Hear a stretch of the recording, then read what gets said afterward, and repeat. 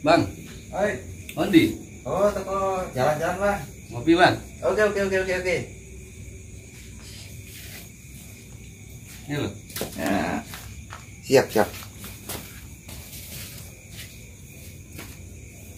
Ada apa, Bang? Cerita. Oh iya. Cerita apa nih? Cerita apa? Cerita. Apa nih bang? Oh ini kopinya bang. Oh iya. Oh iya, jangan ini nih, Bang. Pengen teh. Oh iya. Bisa. Wah. Kopi sepur ya, Bang. Kopi kapal api. Tapi pasukan ngelak tuh kopi sepur ya. Iya. Mantap. Rek. Aduh. Remek, Bang. Cek dicoba dhisik sapre-pre. Assalamualaikum warahmatullahi wabarakatuh. Ketemu kembali dengan Juli Fatih dalam segmen kopi santai. Kayaknya enggak ada rokoknya, enggak boleh sama YouTube ini. Pelanggaran. Iya. Pelanggaran.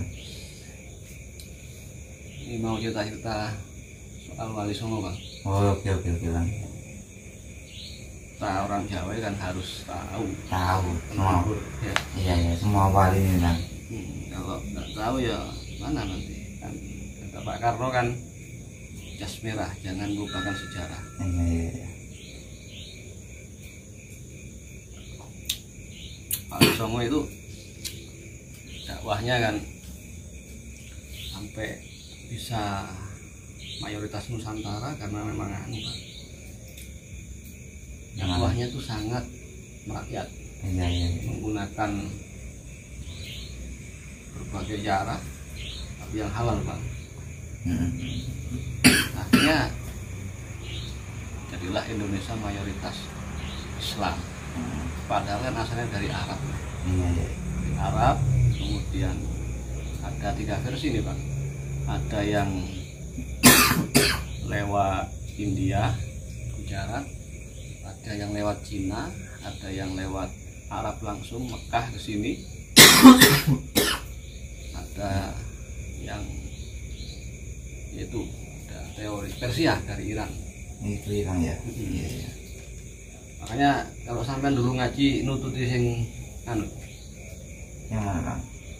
Alif Jabar A. Oh iya. Alif Jarei. Gesu. Itu kan bahasa Persia ini. Hasilnya, Bang ya. Bahasa Iran. Iran. Akhirnya sampai ke Indonesia dilestarikan, terutama di daerah Madura itu pakai itu Jabar A itu. Alif Jarei, jare itu jer. Dari dalam ilmu nahwu kan ada jer itu banyak kasroh.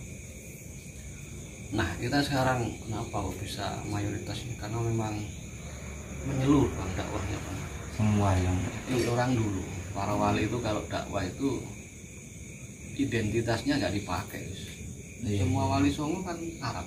Iya semuanya, Bang. Habib hanya cuma Sunan Kalijaga yang asli Jawa ini. Iya. Putranya Kanjeng Wilatipta, salah satu adipati Tuban. Iya. Yang mengabdi kepada Majapahit, tapi Muslim beliaunya. Iya. Muslim ya.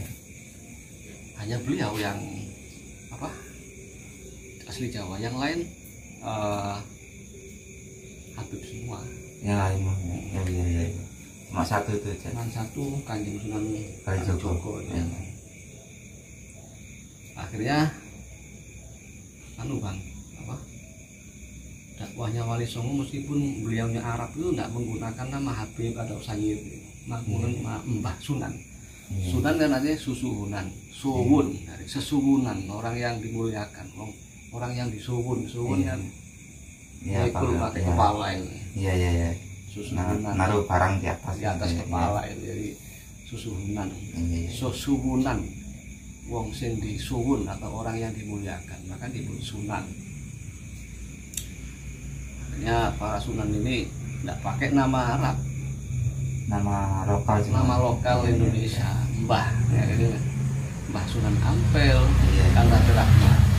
nama samaran. Nama samaran.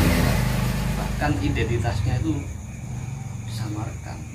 Disembunyikan itu. Disembunyikan. Satu, ben nggak sombong. Nomor dua, memang biar bisa diterima masyarakat.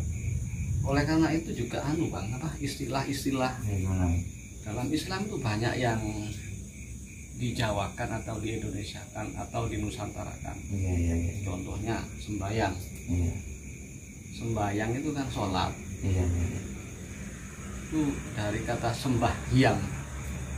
Ya karena istilah-istilah agama terdahulu sebelum Islam.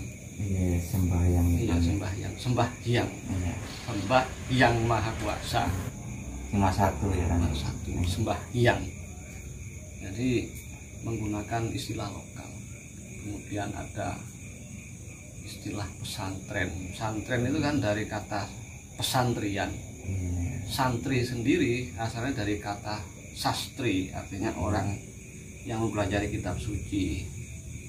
Maka disebut sastri atau santri. Maka tempatnya santri namanya pesantrian. Gitu. Sama dengan sarung kan. Iya. Sarung ini kalau kata Gus Muafid Iya. itu dari kata sarun. Iya. Dulu orang Jawa itu kan ya pakai sarung tapi jari ada batiknya gitu. Zaman dahulu. Oke, tapi akhirnya orang Jawa kalau tandang gawe atau bekerja kan dilipat ini. Jadi ya masih terlihat auratnya, pahanya kelihatan. Dulu orang Jawa itu nggak pakai baju kan. Hanya pakai jari, kemudian pakai udeng atau pakai blangkon. Kalau formal itu pakai blangkon, kalau pas kegiatan sehari-hari pakai udeng, ikat kepala. Tapi jarinya pakai jari, tapi kalau pas ribet itu di harus ini, jadi pahanya kelihatan. Hanya oleh sunan-sunan itu kasih sarung. Sarung itu karena itu pakaian syar'i maka disebut syar'un. Pakaian sarung.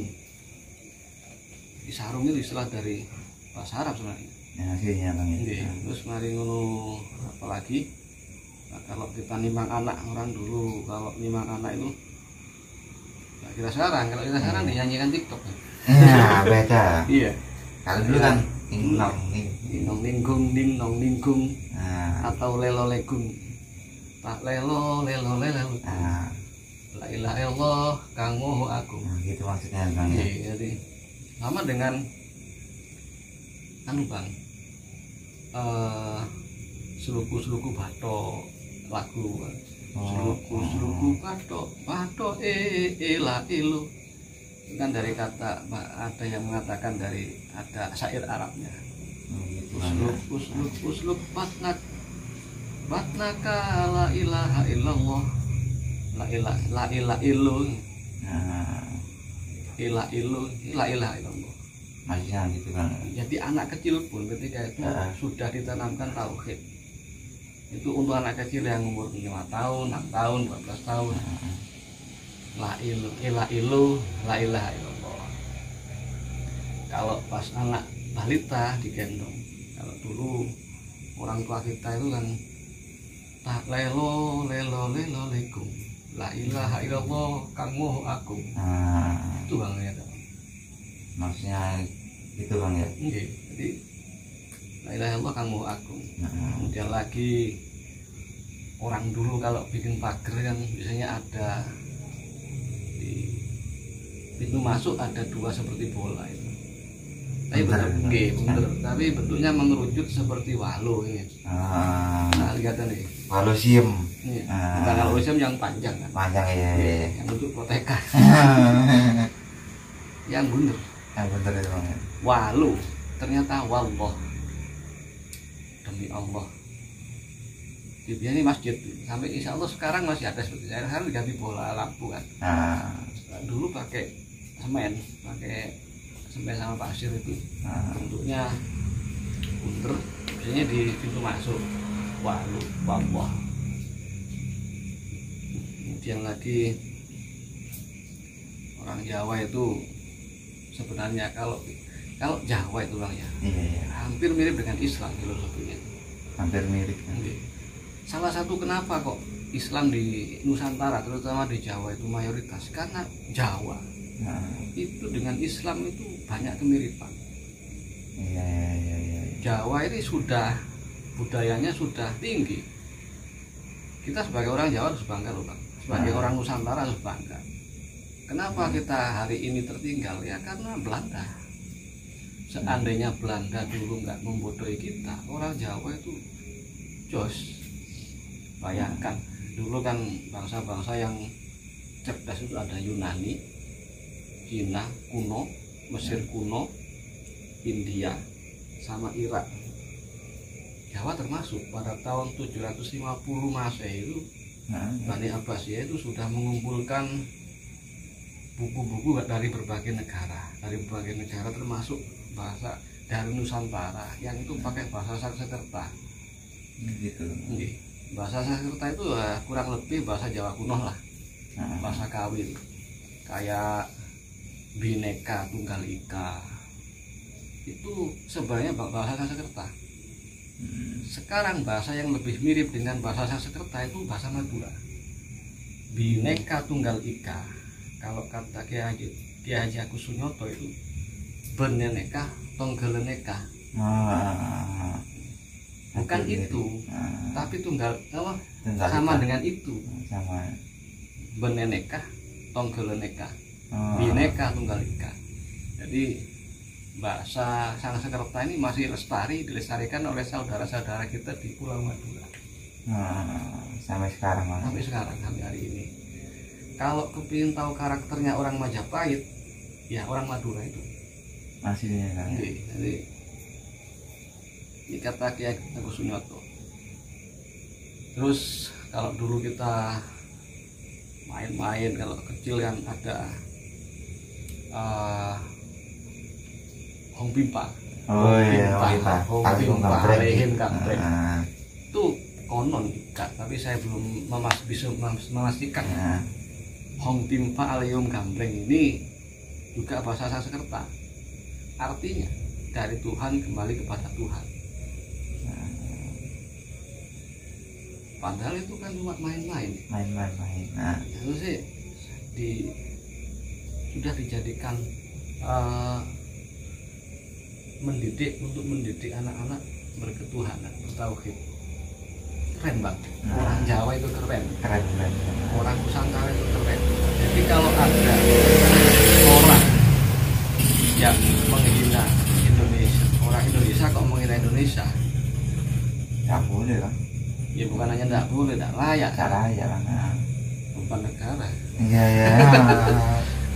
Tendai berkas. Waduh, terakak ya Bang. Nah ya, belakang saya sendiri dihina. Iya. Harusnya kan ya dimajukan. Kalau memang nggak bisa berkarya dengan memajukan Indonesia, ya jangan nyinyir lah. Bang saya sendiri, kalau bukan kita siapa ya? Kemudian Wali Songo ini juga wayang. Wayang itu kan dulunya kan hanya ada di India. Wayang memang. Ya awalnya itu ya kalau apa tokoh-tokoh seperti Hanuman memang sudah ada dari India. Tapi ditambahi sama Sunan Kalijogo itu ada tambahi karakter 4 tokoh Punokawan, ada Semar, Petruk, Gareng, Bagong. Itu kalau di kitab Ramayana dan Mahabharata tidak ada. Nggak ada Bang. Lokal itu ciptaannya Sunan Kalijogo. Kenapa kok bisa begitu? Karena dari keempat tokoh ini karakternya atau wataknya itu sudah bisa menjadi pendidikan buat orang Jawa. Makanya nonton wayang itu bukan hanya tontonan tapi juga pendidikan.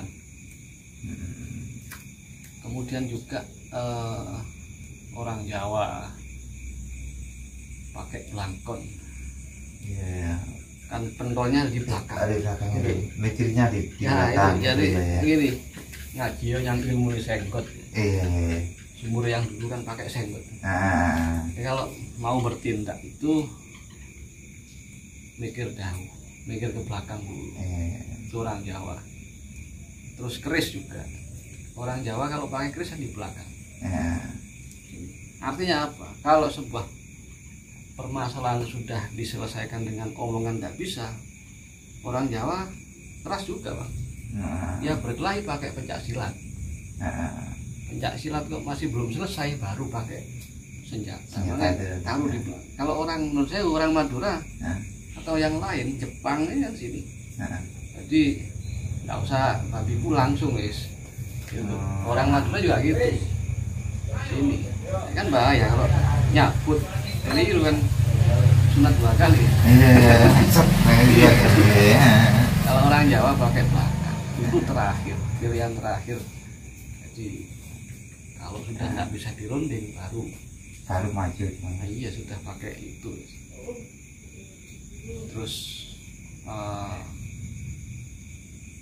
nama orang Jawa itu biasanya pakai anu dulu, pakai bahasa nama binatang kayak kebo anak perang, kebo ijo, gajah mada, Iya. kemudian juga lembu sora. Kenapa begitu? Karena orang Jawa itu satu, mereka kepingin anaknya kuat seperti binatang yang seperti itu. Nomor 2, orang Jawa itu punya filsafat bahwa salah satunya nama itu tidak seberapa penting. Yang penting itu adalah perilakunya. Orang Jawa itu. Terus juga ini anu Bang, hanya ada di Jawa. Dan ini disahkan oleh para sunan, diperbolehkan primbon sama pasaran. Iya. Kalau di hari kan cuma ada Sabtu, Ahad, Senin, Selasa, Rabu. Tapi itu kan yang di bumi. Kalau yang di langit ada Pon, Kliwon, Paing, Wage, dan jadi ketika kita ada hajat untuk misalnya pernikahan, bangun rumah, ini disinkronkan antara hitungan di langit Pon, Kliwon itu sama yang di bumi, yang Rebu, Kamis, Jumat, Sabtu diklopkan. Jadikan satu, makanya insya Allah nanti stabil. Itu tidak ada itu di orang lain. Dan itu oleh Sunan Kalijogo dan sunan-sunan yang lain dibolehkan, hanya ikhtiar. Iya. Makanya ada orang yang lahir misalnya Senin Kliwon kan dihitung. Dan itu akan semakin jos kalau di poso weton. Keren Bang. Iya, poso weton itu ya puasa ketika hari kelahiran kita. Bid'ah itu. Enggak Kanjeng Nabi yang pertama kali Kanjeng Nabi. Iya. Poso Senin Kamis itu kan dari Kanjeng Nabi. Rasulullah ditanyakan, kenapa jenengan kok puasa di hari Senin? Karena hari Senin saya dilahirkan. Gitu Bang. Nah, kita poso weton niru Kanjeng Nabi. Kalau ada yang bilang bid'ah ya terserah, pokoknya kita sudah punya pada hadisnya itu Pak. Apalagi disahkan oleh Mbah Sunan Wali.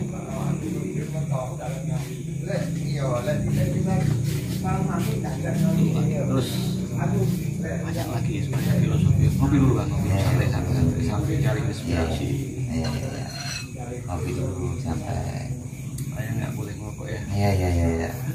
Biar nggak salah apa kan. Ngopi aja.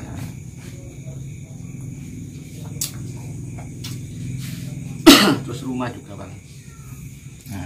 Dulu pas ada corona kan kita punya pakai pancuran di depan rumah. Pancuran. Iya. Itu sebenarnya orang Jawa dulu biasa seperti itu. Jadi sebelum kita masuk rumah, ini sebelum Islam sudah ada budaya seperti itu. Sebelum masuk rumah sudah suci, sudah bersih, cuci tangan, kemudian wajah, kemudian juga kaki.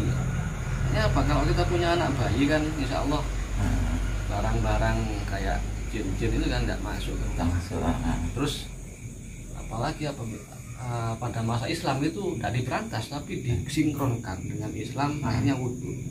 Makanya sebenarnya yang tepat kamar mandi itu harusnya di luar rumah. Di luar rumah. Kalau kita bicara soal tata ruang atau dalam bahasa dinas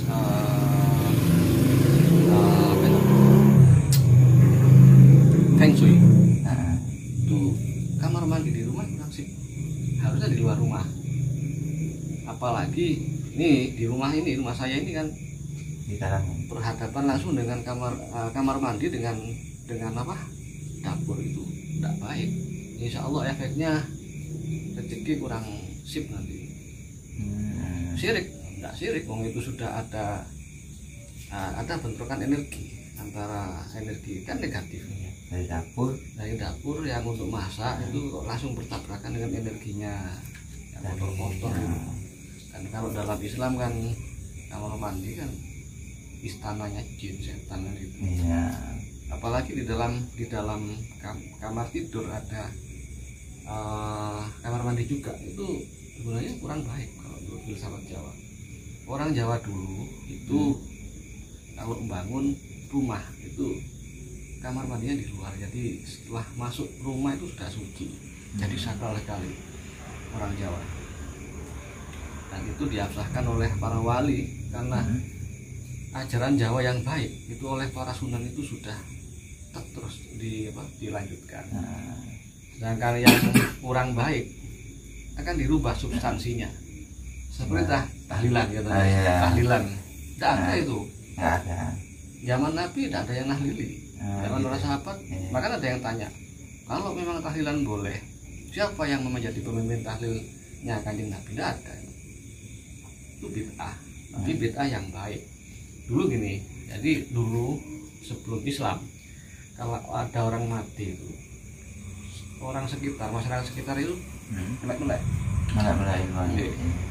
Tapi yo main daktu, minum jiu, makan-makan. Kalau zaman yang lebih dulu lagi, malah ya seperti itu. Ada tumpeng tapi ingkungnya atau ikannya itu bukan ayam, manusia. Waduh, kanibal banget. Iya kanibal. Waduh, bahaya itu Bang. Terus ada araknya. Waduh, tambah. Setelah makan kenyang minum arak, pesta Bang. Lagi perempuan. Lebih parah begitu Bang. Parah dulu kita. Akhirnya oleh para resi dididik, nggak mempan. Akhirnya Sunan Ampel didatangkan oleh Raden Brawijaya V itu ke Majapahit. Tapi saya Muslim lah, nggak apa-apa deh, asalkan jangan memaksa orang Majapahit untuk masuk agama. Ya, Wali Songo. Hanya tidak diberantas itu kebiasaan tumpengan, tidak diberantas, cuman dirubah. Tumpengnya tetap nasi sama lauk pauk itu, tapi ikannya ayam, kan enak kalau enak. Kemudian ada rubuh gunung kan begitu. Iya. Terus orang yang kumpul-kumpul di orang yang meninggal itu, kumpul-kumpul tetap dibubarkan, nanti bentrok Bang. Orang Islam itu pendatang, kan harus tahu diri. Para habib pendatang. Tahu diri, bukan diberantas, tetap ada kumpul-kumpulnya, ada orang meninggal, tapi dirubah, baca yasin, baca zikir la ilaha illallah, baca sholawat. Yang mana yang sesat? Adakah dalil yang melarang untuk baca yasin bersama? Tidak ada. Itulah kreativitas para sunan, bahwa apapun budaya Jawa yang sudah mulia, adiluhung, tidak ada loh Bang orang yang masyarakat yang semulia Jawa ini, bukan rasis ya. Masyarakat yang semulia Nusantara itu tidak ada. Orang Cina itu tinggi peradabannya, tapi orang Nusantara juga tinggi, baik Jawa, Sumatera, Kalimantan, Papua, Nusantara ya. Islam datang ke sini enak sudah. Sudah peradabannya tinggi, tinggal dipoles. Kemudian jadilah Islam seperti yang sekarang. Ada yang menyebut Islam Nusantara, Islam dan sebagainya lah. Artinya Wali Songo itu memoles kebudayaan Jawa, peradaban Jawa sudah tinggi ini dipoles dengan tauhid. Nah, akhirnya kalau kita bicara Islam secara internasional, insya Allah banyak yang mau berguru kepada Indonesia ini.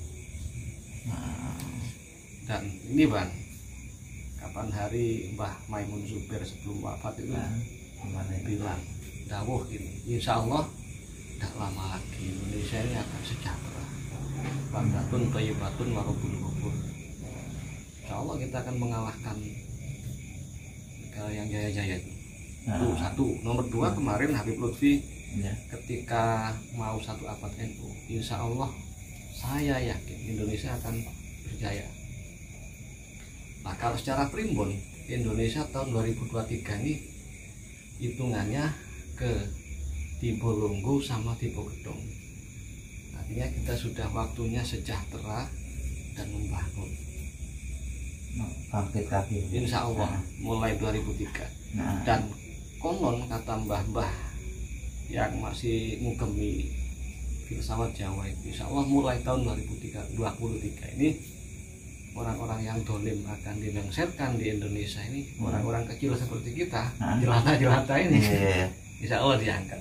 Gitu ya. Amin ya. Amin. Jadi kalau ngopi tenang nanti. Gimana? Mungkin sementara itu dulu ya. Kita ngopi dulu. Monggo para subscriber kopinya. Oke, mungkin itu ngobrol kita ngalor ngidul ngetan ngulon. Ngapunten kalau ini bukan Yai Segoro ya, cuma diskusi lah. Panjenengan semua boleh menambah atau mengkritik atau meluruskan atau memberikan informasi tambahan di kolom komentar. Assalamualaikum warahmatullahi wabarakatuh. Waalaikumsalam.